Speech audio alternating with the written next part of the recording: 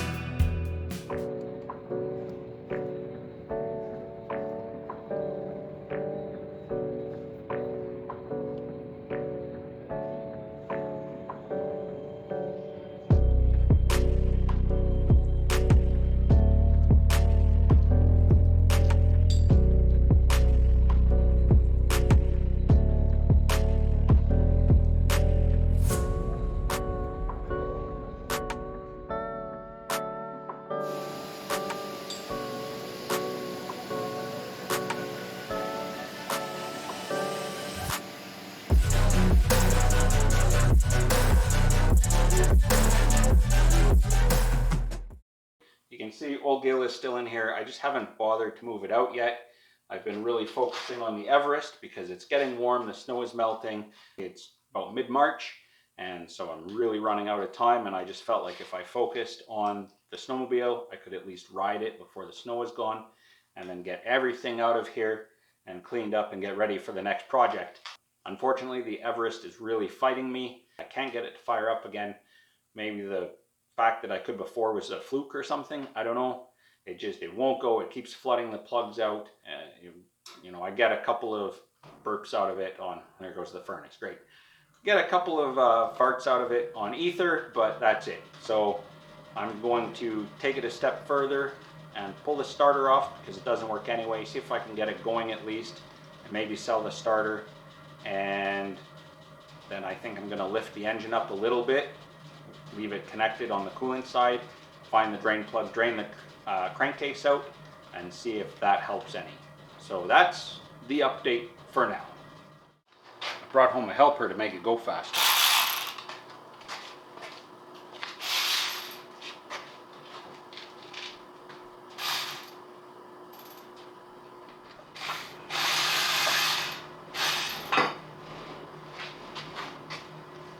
There's always one bolt that's stripped.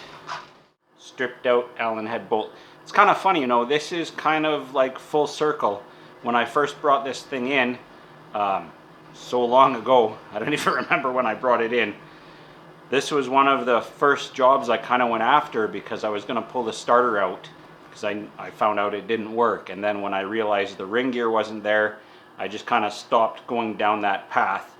And now I'm going to go ahead and actually pull it out just because I'm honestly not sure where the drain plug is for the crankcase. It could be behind the starter, it could be underneath the bottom, whatever. It's just going to make it easier to lift the engine up to get some access without disconnecting all the cooling hoses and stuff, and kind of leave it as connected as I can and just lift it up a bit. And here we are. I'm doing what I said I wasn't going to do.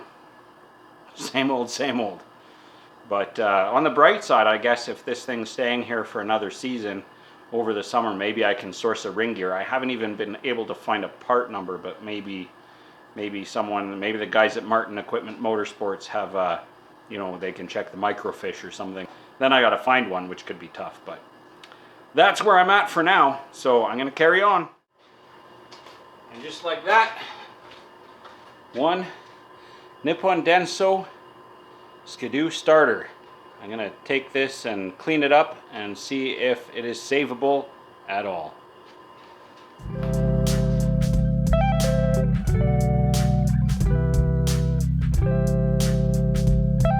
Well, you can see how much effort I've put into cleaning this workbench lately, but I've just really been focused on trying to get this Everest out the door, and that's not going to happen this year, I think, so it's kind of a relief almost. But interestingly enough, testing out this old starter here, if I connect to there, maybe we'll switch that. Yeah, that feels a little better. And if I ground this guy and hit the switch,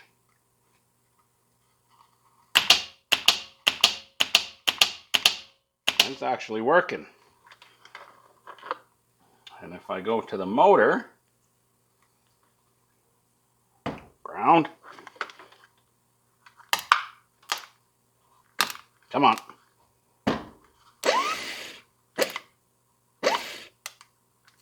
Getting a good ground is the real challenge, but it actually spins. So I think this starter is not actually going to require that much work to get it going. Just a little cleanup here in the Bendix and it should be good to go. So that's pretty cool. Of course, it would be even more cool if I had a ring gear.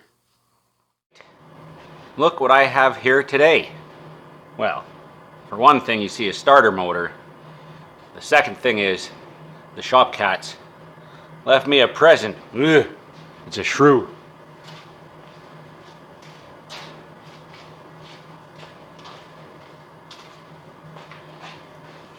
Gross. They won't eat the shrews because they're actually venomous. They'll eat mice and stuff, but not shrews. They just leave them lying around. So lovely. Anyway, here we have a starter motor. So let's talk about starter motors. You know, hey, it's a common repair. Oh, the starter went out in my car. Oh man, I gotta get a new starter. Oh, yeah. I've never had a starter apart before. Maybe at tech school, but I've long since blocked those memories out, so I couldn't really say for sure. Certainly not that I remember. Simple fact is that economically, for an employer to pay me to repair a starter motor, or, you know, even to bill a customer to repair a starter motor, it doesn't make sense these days. Just get a new starter. On the other hand, I'm not paying myself an hourly wage, and this little starter off of the Everest is maybe not that common. I don't really honestly know what one is worth, but once I had it making a little bit of noise, well, it was worth fixing, or at least taking apart and cleaning, because it was kind of working anyway. So chances are, unless your mechanic's named Mortsky, he's never had a starter apart before either. It just kind of doesn't generally happen. Sometimes we'll change just the relay, not the relay, but the solenoid, but that's fairly rare in itself as well. So basically, your starter has three main components. And this is just to demystify the thing. It still probably doesn't make sense unless you're going to tackle this yourself. It probably doesn't make sense to repair it yourself. Even if you repair it, at the end of the day, the rest of the parts are still old. So, you know, just buy a starter and throw it in. But at least we're going to take a look at the guts and we're going to learn a bit. So, three main parts. Basically, your motor here. Well, this is kind of more housing bit, but basically your motor. And that's what's going to turn your engine over when we apply battery power.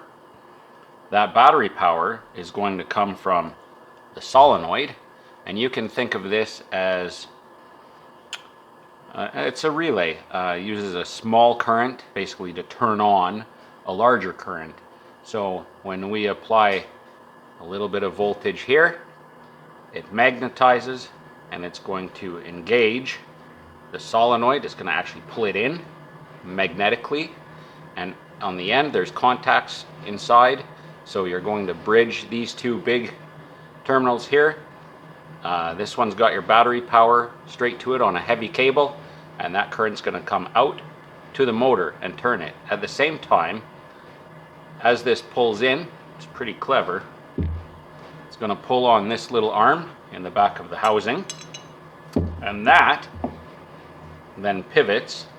So it's actually going to, in here, it's going to have a, we get in there, it's going to have actually a pushing action, and that is going to push out the Bendix, which is your third main component. So that has the gear that actually engages with your engine, usually a ring on the transmission called a ring gear, and it has inside it a one-way bearing, so I can rotate this freely separately from the main bearing, but when I come back the other way,